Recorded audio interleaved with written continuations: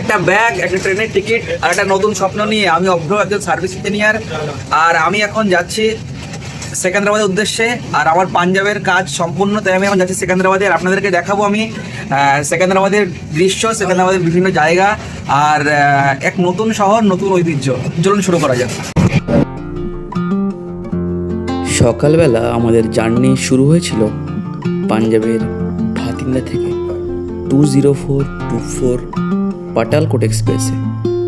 আমার সিট ছিল AC 3 tyre H-on-32। সকালবেলা হালকা রোদ পরিবেশটাকে মনোরম করে তুলেছিল।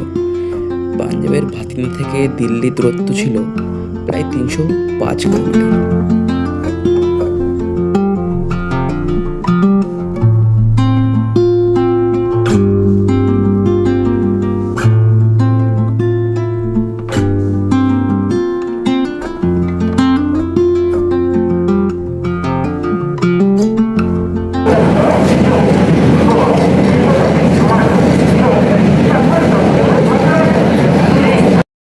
পড়েছিলাম আমার নেক্সট ট্রেন অন 2286 সেকেন্দ্রাবাদ দুরন্ত এক্সপ্রেসের দিকে।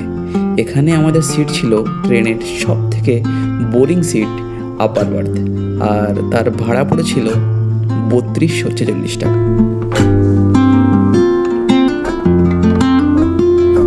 পরেই আমাদের বিকালের নাস্তা চলে এসেছিল। তাতে ছিল একটা কচুরি,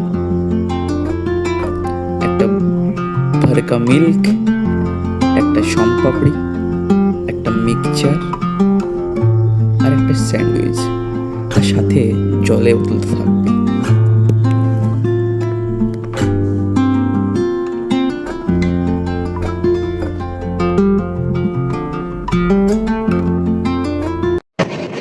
এখন ঘড়িতে বাজে 7:20 আর আমরা যাচ্ছি নিউ দিল্লি থেকে সেকেন্দ্রাবাদের উদ্দেশ্যে।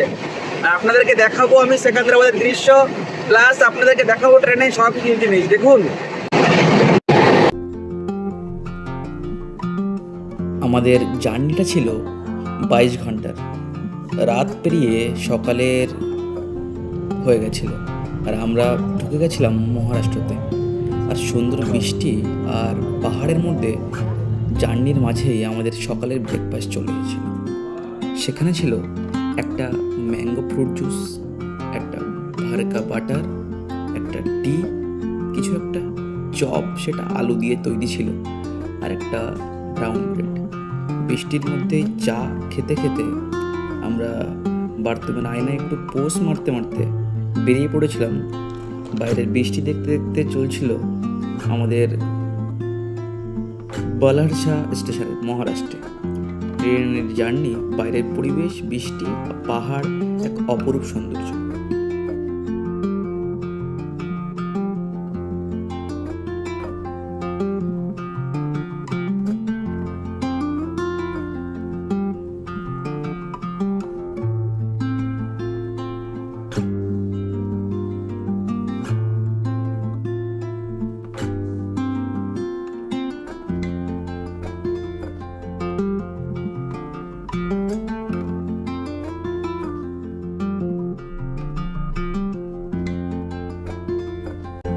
আমি পৌঁছে গেছিলাম সেকেন্দ্রাবাদ।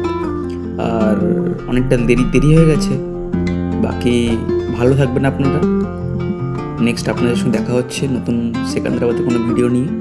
ততক্ষণ আপনারা ভালো থাকুন, খুশি থাকুন। Thank you.